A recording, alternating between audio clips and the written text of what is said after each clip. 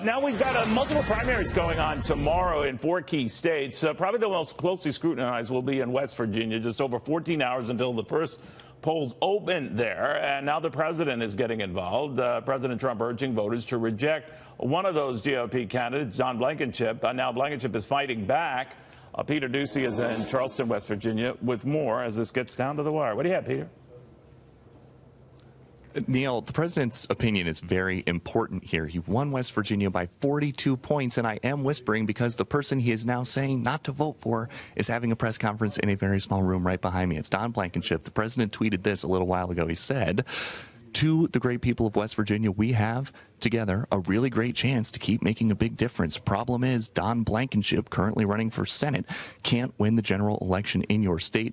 No way. Remember Alabama, vote Rep. Jenkins or AG Morrisey." Now, that anti-Don Blankenship message came as a surprise to Don Blankenship, who says that within the last month, he was in touch with the White House political advisors about next steps if he won here.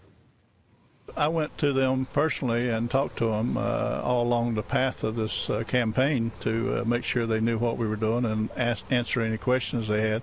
I don't know whether he doesn't listen to the political advisors that I was directed to talk to or what, but they assured me that the president was neutral. And so much of this primary has been about which candidate is the most Trump-like, so now 2 of them are claiming to have his support. Congressman Evan Jenkins is elated. We're excited that President Trump gave us a shout out this morning. We feel really good. Attorney General Patrick Morrisey, meanwhile, trying to do something else to diminish Don Blankenship. He's calling his probation officer to report that he has not filed a financial disclosure.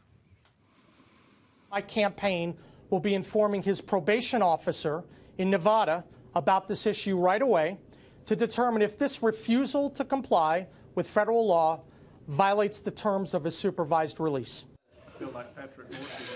And because we interrupted the press conference in this small room, I'll just ask you, your opponent, Attorney General Morrisey, is trying to have you either arrested or disqualified. What do you think about that? Well, I think he's an attorney that doesn't know what he's doing. Are you worried? Did you talk to your probation officer? I did, and the probation officer said it was a civil matter, and he doesn't normally deal even with misdemeanors, let alone civil matters. He said it was the only misdemeanor he had ever seen. All right. There you have it.